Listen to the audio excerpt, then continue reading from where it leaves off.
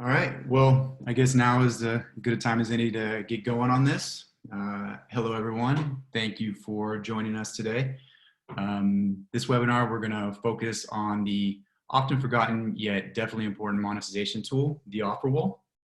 So we'll be discussing how mobile developers and publishers can use this ad unit to increase their application's IAP revenue, improve an application's overall retention, and ultimately generate some serious money. My name is Justin Norman. I'm the Director of Product Strategy at IronSource, and I'm happy to be joined today by Matt Brown, Senior Director of Ad Monetization at Kongregate. Boy, that's a tough picture, but we're just going to roll with it. This is what I actually look like. You're looking good. Thank you, Matt. So Matt and I have actually worked together for a number of years on quite a few initiatives. So I'm really excited for him to share his knowledge on the Offerwall and how it's helped Kongregate over the years. Matt and his team have done a great analysis on the Offerwall, what it's done for their games. So Matt will definitely be going over what they've learned today. And there'll also be time at the end, of course, for you guys to ask any questions. So feel free to start pumping those in the chat at any time, and we'll take care of those at the end of the webinar. So before jumping into things, just want to briefly share what we do here at IronSource for some of the people on that may be less familiar with us. So IronSource was established in 2010, and since our inception, we've focused on building platforms, tools, and creative capabilities to help mobile developers and marketers reach their application's ultimate potential. We do this on focusing on what we call the growth loop, which is the ideal cycle an application should work within in order to accelerate the success. The four components of the loop are one, the initial process of growing an application's player base, either organically or through paid UA channels. Two, monetizing those users effectively once in an application, both for IAP and different types of ad units. Number three is analyzing and optimizing behaviors in the application in order to maximize LTV.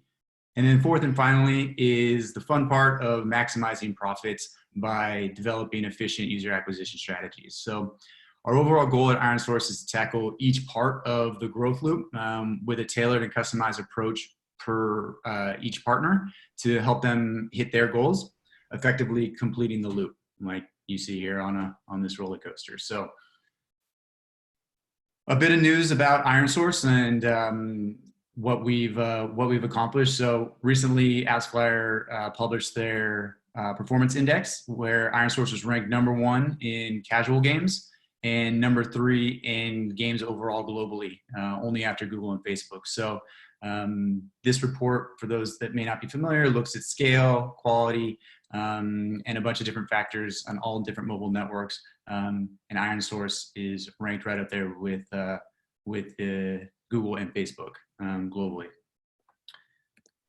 Just a few of our partners that we work with. So of course we have our friends here at Kongregate, but we work with a number of studios and developers on both monetization and marketing. And then the last part here is this webinar, along with a ton of content that we have available, things like blog posts, podcasts, case studies, and much, much more content is available on the IronSource website. So if you guys want to check this out again or any of our content, feel free to head over to ironsrc.com/levelup, and you can see a ton of information there. Hey everyone, this is Matt from Kongregate. So just a little bit of background about Kongregate in case you're not familiar. We started in 2006 as a web gaming portal, kind of like, you can think of it as like the YouTube of games. Anybody can create a game and throw it up on the site. To date, we have over 120,000 games on Kongregate.com, and then we started mobile publishing in 2014. Today we've published over 60 free-to-play titles with such hits as Animation Throwdown, Venture Capitalist, Bit Heroes, The Trail, Burrito Bison, all sorts of great stuff. We have over 400 million mobile installs across our portfolio, and we're operating at roughly 7 million monthly active users. And we do both first and third party publishing, and mobile publishing is the core part of our business these days. Cool. So just to give a little background on why Matt and I decided to do this webinar. So like I said earlier, Matt and I have worked together for a number of years. And then back in 2015, Kongregate was looking for additional ways to generate revenue for their developer partners. So they started testing the Offerwall in some of their casual titles. And since that point, Kongregate has integrated the Offerwall into over a dozen different games, genres ranging from casual to mid-core.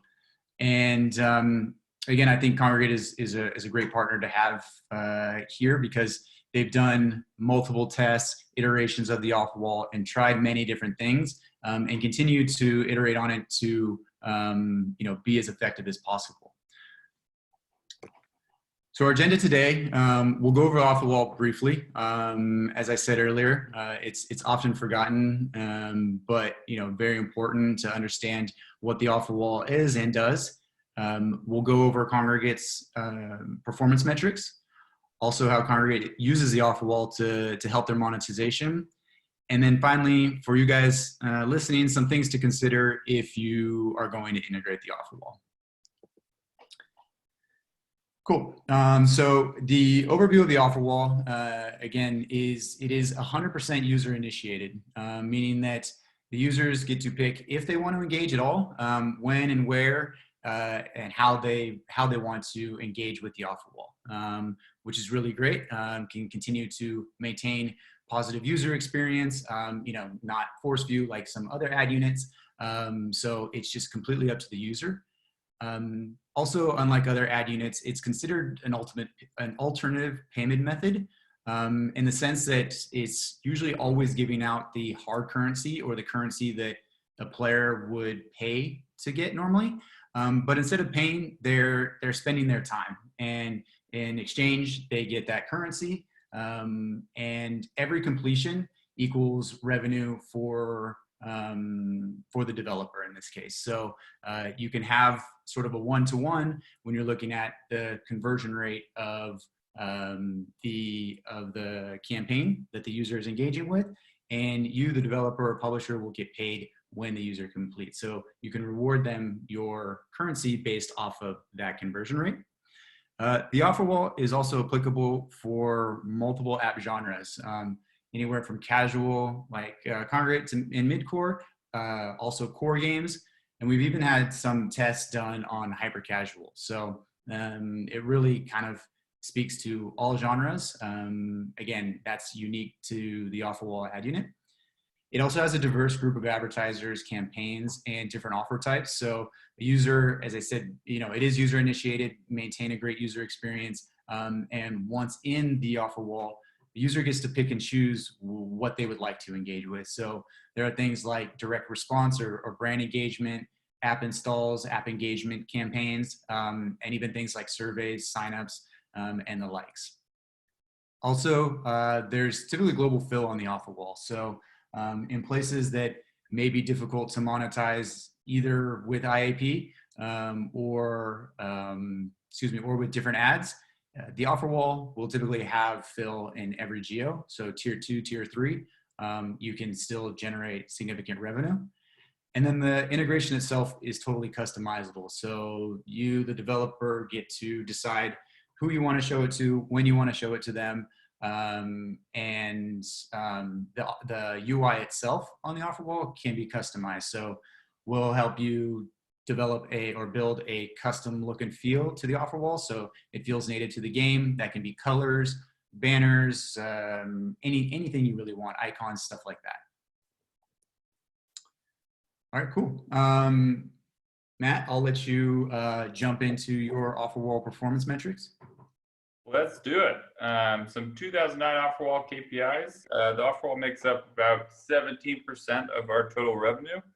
The rest is basically all rewarded video. We do run interstitials here and there, but they're not a significant portion. I would say 1% or less of our total revenue. The engagement rate, this is again across all our whole portfolio, is about 4.5%. It does vary from title to title. Some are as low as 2.5%, 3%. Some get up towards 10, 11, 12%. Our global blended ECPM is $209, and you can see the ECPMs there for our top geos, all pretty in line. This really varies very widely based on titles. In the US, we can see ECPMs as low as $40, and we can see ECPMs as high as $2,500. It really changes. And then average revenue per completion is just over $5.60. And the great thing about the Offerwall is that we're giving away hard currency for an average of $5.68. And we get to keep 100% of that revenue. There is no 30% platform fee, which is one of the big reasons why we love the Offerwall. And an interesting note here that I like to point out is Brazil. Obviously, relatively speaking, the $45 ECPM is low compared to the other geos here. But many developers and publishers that have a large user base in countries like Brazil have typically found it difficult to monetize those users. Again, both with IAP and with different types of ads. So $45 in that geo can still be very significant revenue to a lot of our partners. So though it does range from geo to geo, it's still, like I said earlier, global fill, and you can you can still monetize users in those tier 2 and tier 3 geos. Yeah, it's a great way to get Brazilian players hard currency. The pair rate in Brazil is typically very low. So this is a good way to get them a little bit of hard currency for time, not money, and to show them the value of that hard currency in your games. Yeah, absolutely. Cool. We let's now jump into the analysis that Matt and his team did around the Offerwall and its impact on their games. So we hear sometimes from developers that there are concerns that the Offerwall may cannibalize their IAP users, meaning that players will just complete offers instead of spending on IAP, which will ultimately be less valuable for them. So Matt, in your analysis, you actually found the opposite to be true. So could you explain what motivated you guys to do this analysis and eventually what you found out? Sure can. Yeah, we at Kongregate, the ad monetization team, we were having a tough time convincing developers to put the Offerwalls in their games. A lot of people had that same concern that Justin pointed out, that the Offerwalls would cannibalize IAP.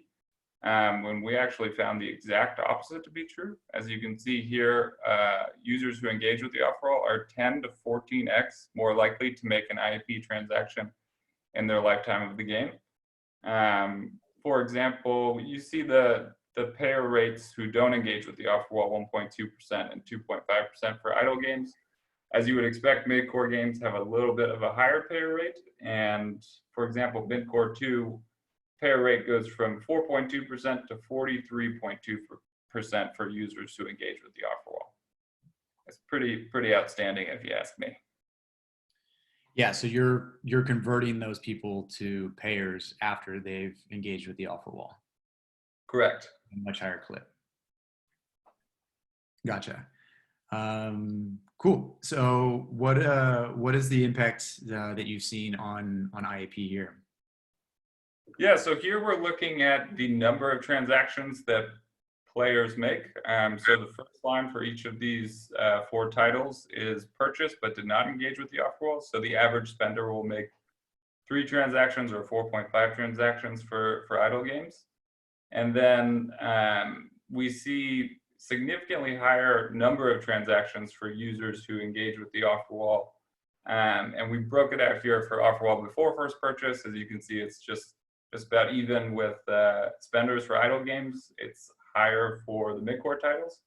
And then we're really seeing an increase for users who engage with the Offerwall on or after their first purchase.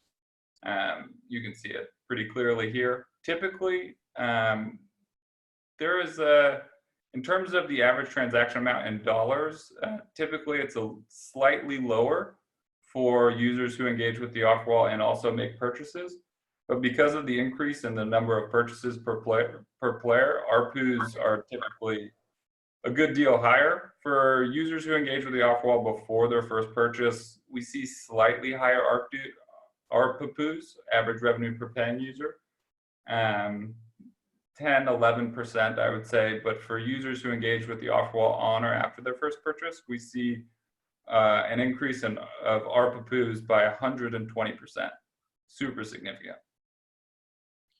Yeah, so I think this also speaks to what we'll go into next, but also just the the retention of these users. So you have more time to the users are just their life cycle is longer in the game, therefore more opportunity to make in-app purchases.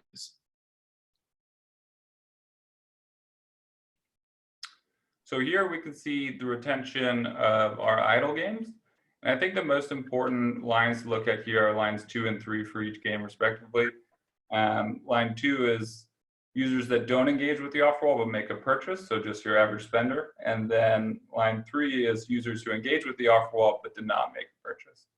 As you can see here for both titles, they almost exactly mirror each other. There's plus or minus a percent here or there.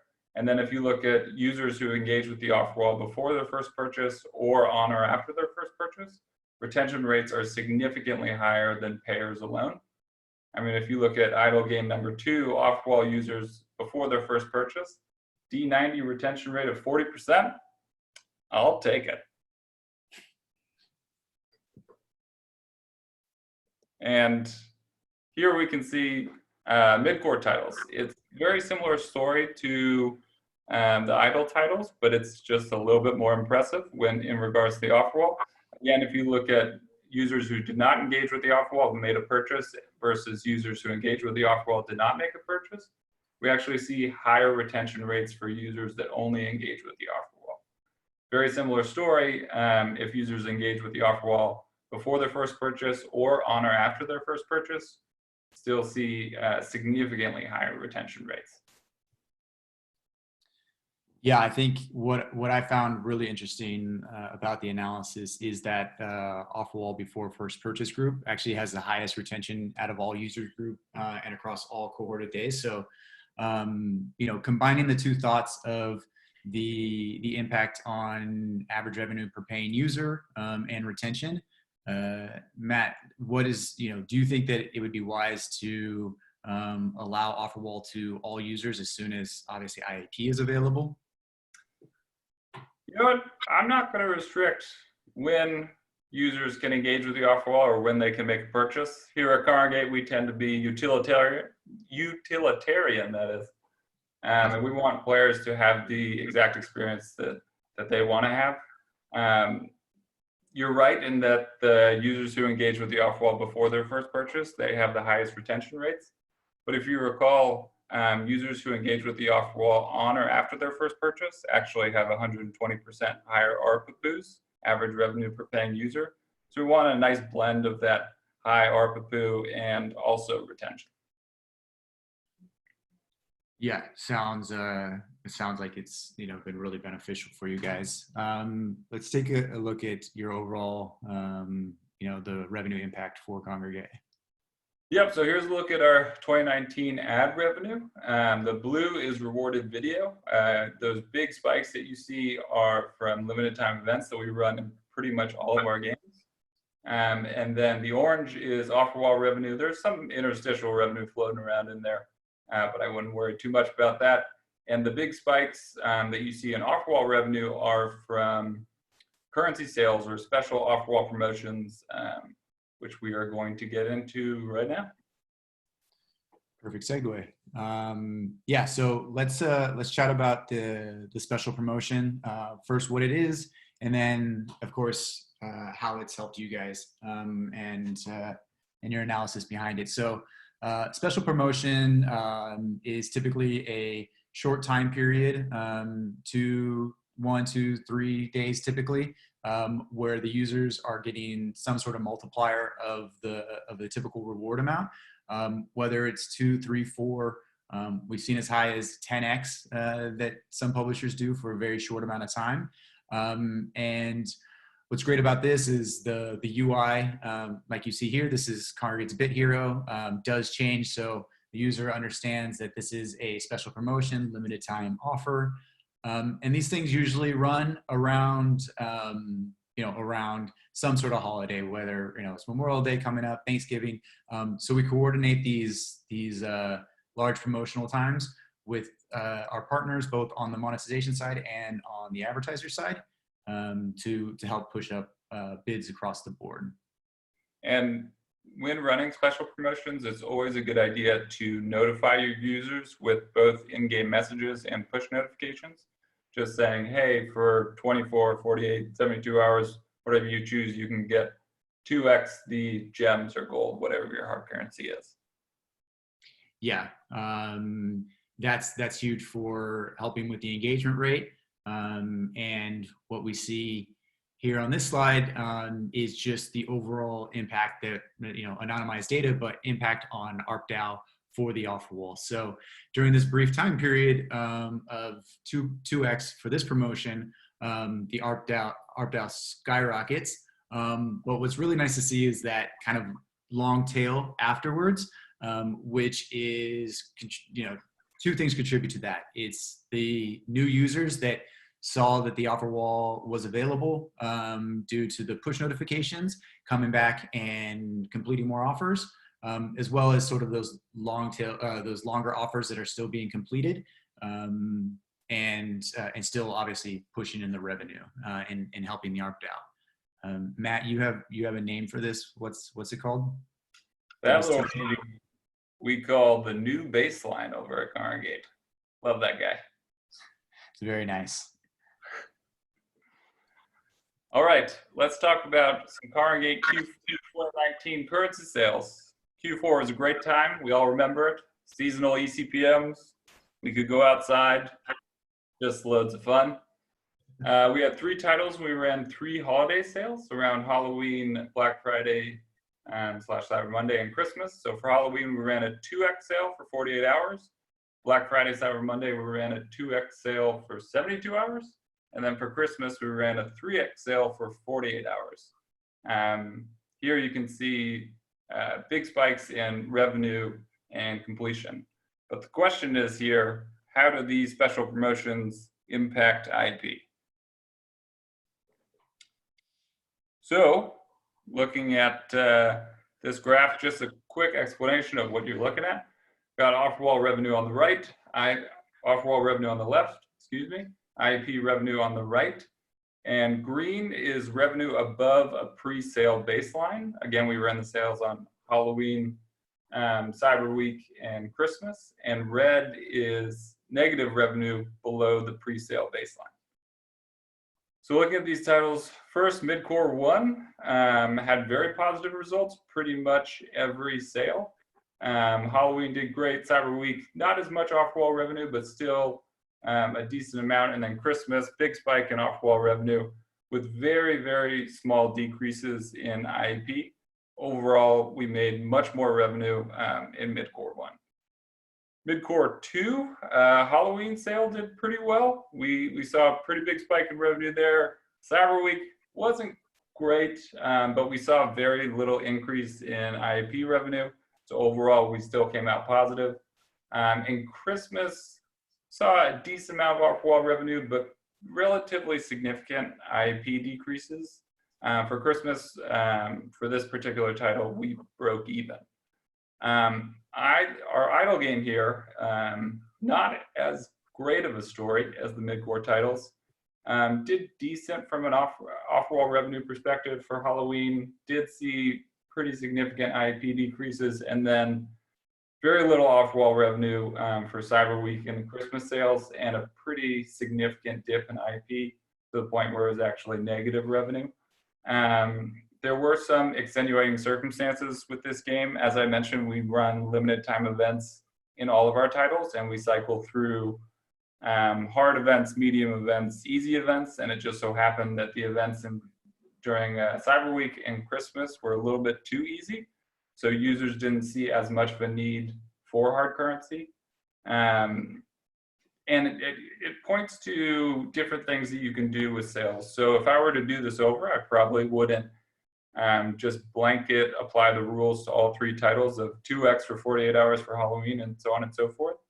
I think, you know, it makes sense to come at it with a more bespoke approach and say, hey, maybe for the idle game for the first Halloween sale, we increase it by 50% and then move from 2x, and maybe Christmas we do 3x, but only for 24 hours. Something that's definitely worth testing.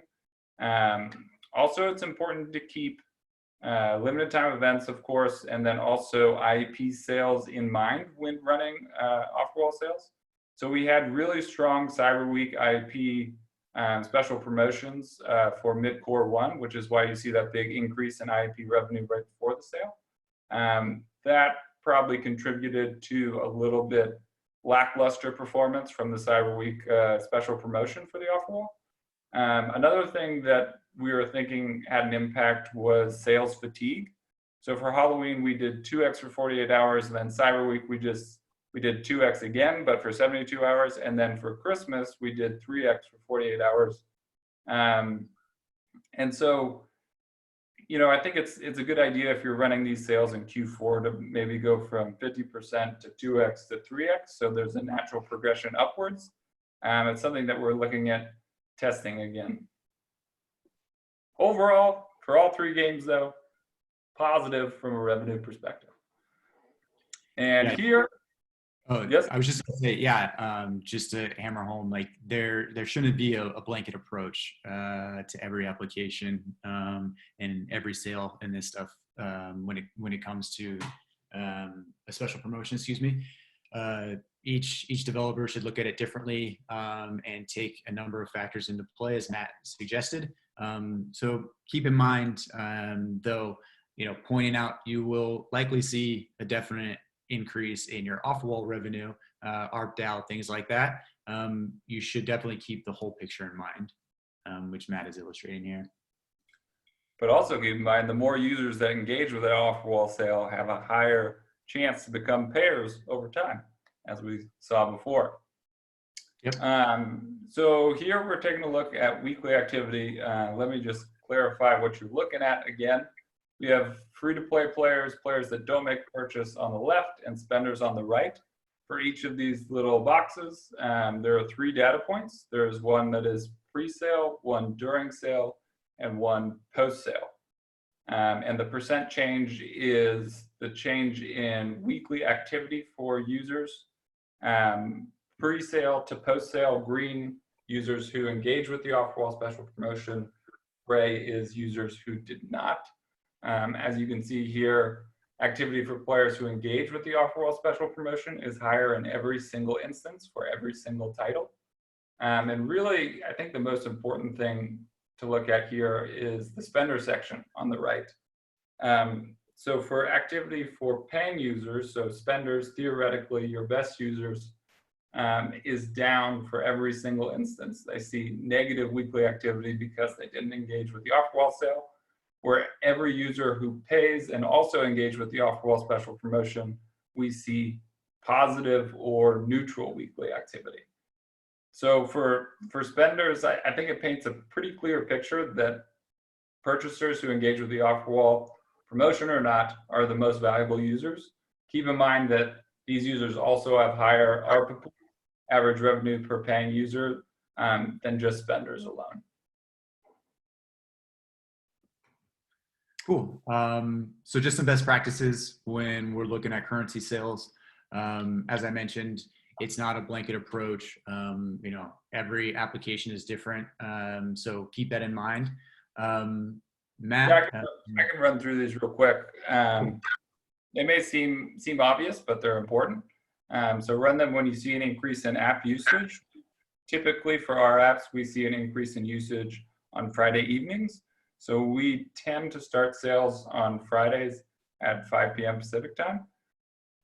As Justin mentioned, holidays generally garner bid increases from advertisers, so it's a good time to run them. You'll see an increase in eCPMs and revenue per completion. You don't want to run sales when player wallets are already very full. There's just less of a need for hard currency and you don't want to flood your game's economy with too much hard currency at any one time. You also want to have plenty of hard currency sinks in your games. So we like to run these in conjunction with starting limited time events. Of course, it's as we saw with the idle game, it's important to make sure the events are just difficult enough so that users are really spending the hard currency that they're acquiring from the Offerwall sale on any potential purchases that they make. And we really want to demonstrate the value that hard currency has in our games. And again, want to just hammer this point home that all hard currency that users are earning from the Offerwall, 100% of that revenue goes to you. There is no 30% Apple or Google fee on that revenue. Beautiful. Great. So now on to things that you'll want to consider when considering the Offerwall. So things like location, traffic drivers.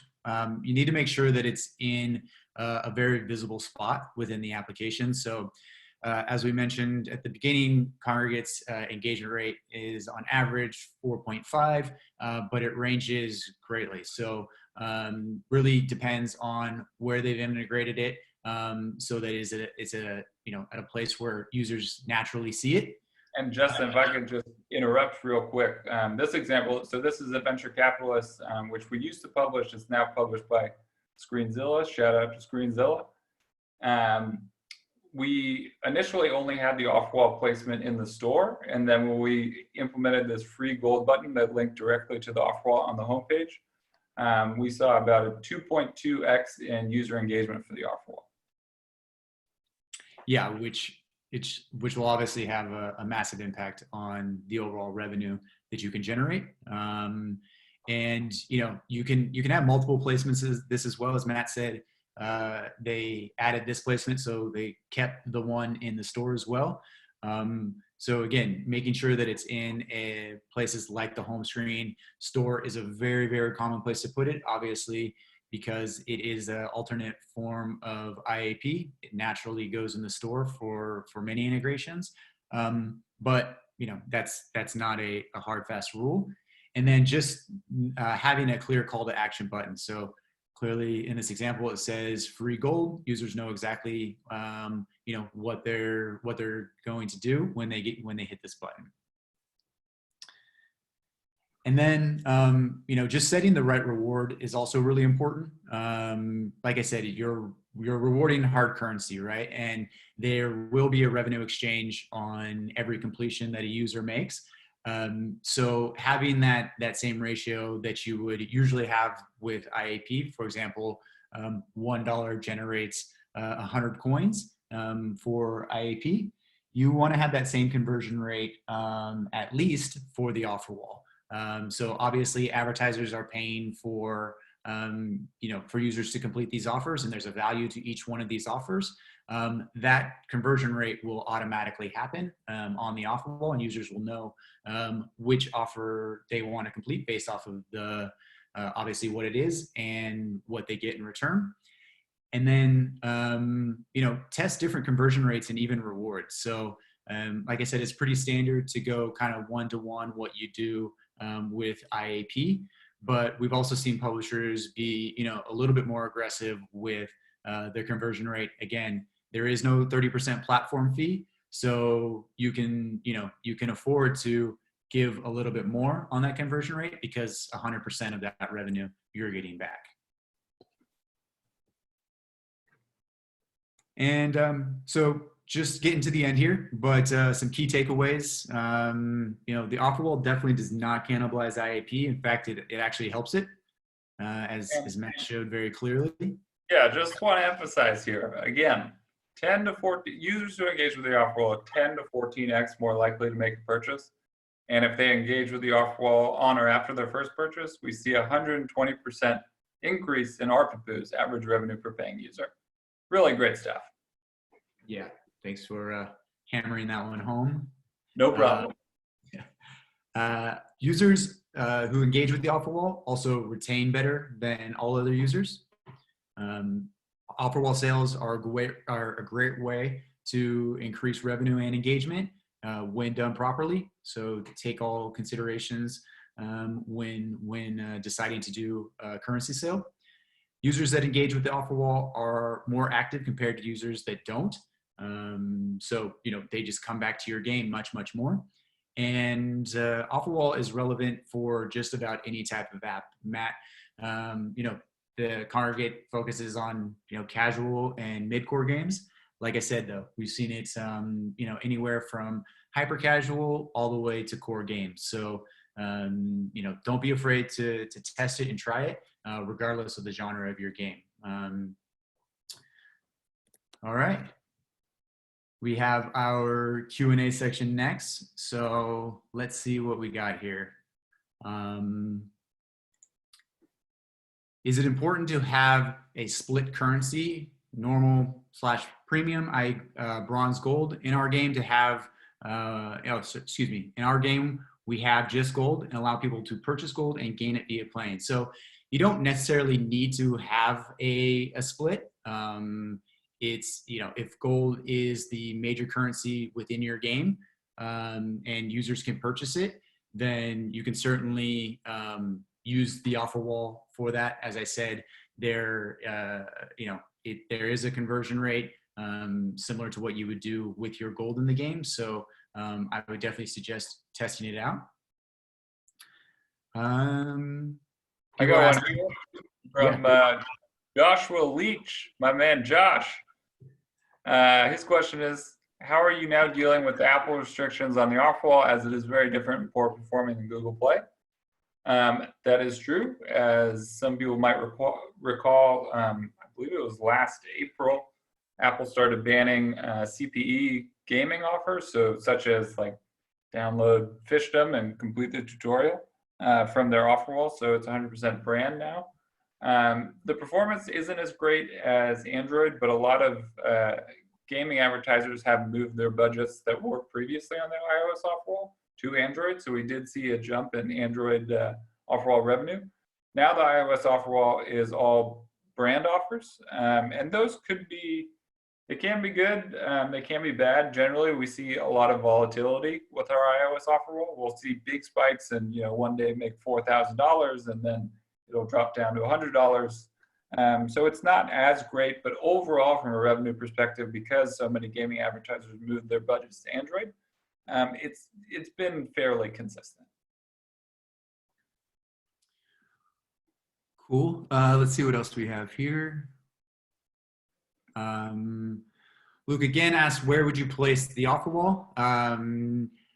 As I said, it's, it can go really anywhere. The important metric to look at where placing it is that engagement rate. So, percentage of your daily active users that actually open the offer wall. And it can range, it has a huge range. So oftentimes it does go in the game menu, as you suggested here. You can have the button say free offers, free gold, whatever it is that you want it to say. Again, I think it's important to test these things and look at what's generating the most value for you guys. Aaron Chan and Joshua Leach again asked if results are Apple and Android combined. All of that was Apple and Android combined, including the graph that showed Offerwall versus rewarded video broken out.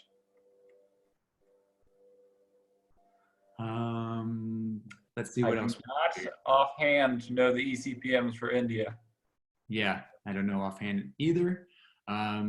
Anybody on here that wants to email me, it's justin.n@ironsrc.com. And those type of things we can definitely, discuss specific countries and things like that.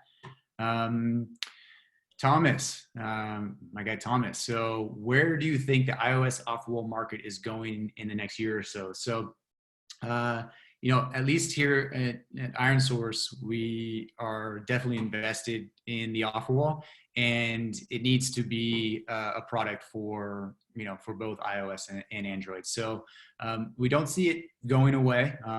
We're continuing to put a lot of effort into it. It's like, no signs that, we'll have CPE offers or install offers back on iOS anytime soon, if ever.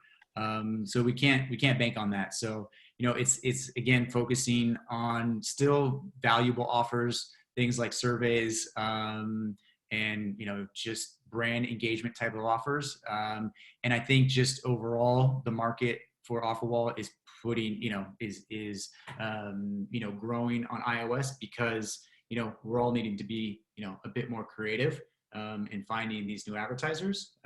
So I don't know if it'll reach the levels of Android. And obviously Android has kind of excelled since the decrease on iOS, as Matt mentioned. So it's a little bit TBD, but still definitely, very excited about where it's going. Question from Mitch.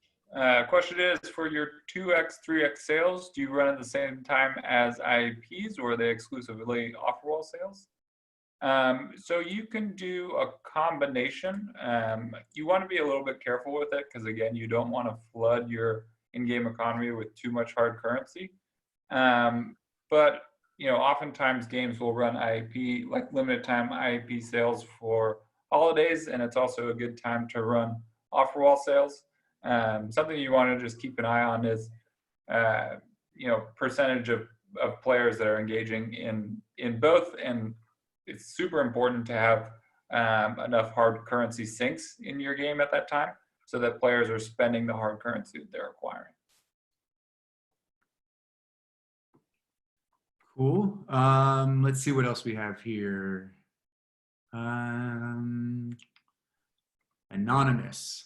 Can we use Offerwall with IronSource if we use different mediation? You definitely can. If you already use us within your mediation, maybe for interstitial or rewarded video, you already have the SDK integrated. So it's a fairly simple update to call the Offerwall as well. So yeah, there's no restriction. You don't have to use IronSource mediation to use the IronSource Offerwall. Then another question from Mitch. What is considered a good percentage of DAU that have completed an offer relative to something like payer percentage of DAU? Excuse me. Increased retention and engagement metrics for those cohorts are great, but knowing that they can make up a significant percentage player base would be nice to know. Engagement rates, as we mentioned, can vary pretty widely from game to game, and it's important to test out different placements. We can go from about 3% to 10%. Users that are consistently engaging with the Offerwall are going to complete offers, otherwise they wouldn't engage with the Offerwall anymore. And then payer rate, I can't speak to your games, but as you saw on one of those slides, we saw payer rates for some games that don't have a super robust economy. Maybe a very casual idle game have payer rates 1.5% to some mid-core games that have payer rates of around 5%. So it really depends on the game we're talking about here. And Mitch, when and where can I sign up for Matt's next speaking engagement knowledge drop? That's a good question. Maybe when IronSource invites me for another engagement. Don't hold your breath, though. I don't know. We'll see. We'll see what sort of feedback we get, Matt. But obviously, Mitch is a fan. Thank you, Mitch. In my experience, what is the best cadence for Offerwall promotions from Aaron? It depends. It varies. It varies game to game. We generally run them every 6 weeks or so.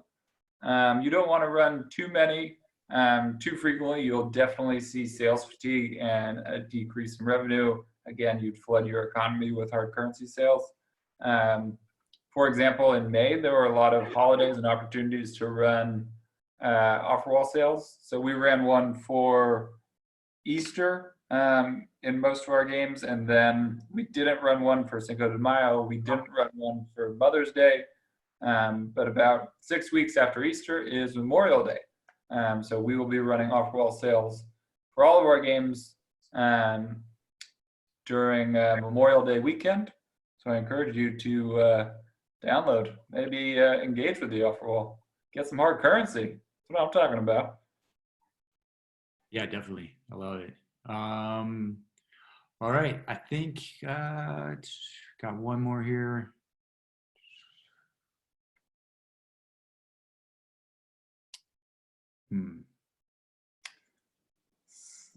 So this question is about how's the Offerwall performance from an advertiser's perspective? Yeah.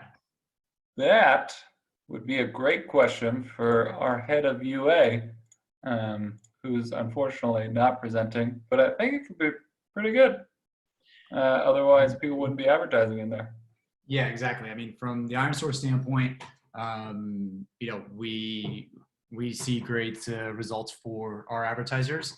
Obviously, there is a host of different advertisers spending quite significant amount of revenue on CPE. And these are anywhere from complete tutorial all the way to offers that could take a week or so to complete. And it's significant revenue in that sense. So our advertisers are seeing really great results because you're getting high quality users. Obviously, if a user is willing to complete a significant action, it means that the game is meaningful to them. So the results are really strong, and a lot of our partners are using it to drive really high quality users. All right, guys. That's basically the last of the questions. Guys, I saw some others in here that are more specifically around performance and things like that. Again, if you want to email me, again, it's justin.n@ironsrc.com. Happy to have a more in-depth discussion on numbers and things like that. And yeah, that's it. I think we're ready to go. Well, thanks so much for attending, everyone. I'm hoping that you had as great of a time as I did. This was thoroughly enjoyable, and hope everyone stays safe and has a great weekend. Yeah, thank you so much, everyone. Be happy and healthy and enjoy your weekend.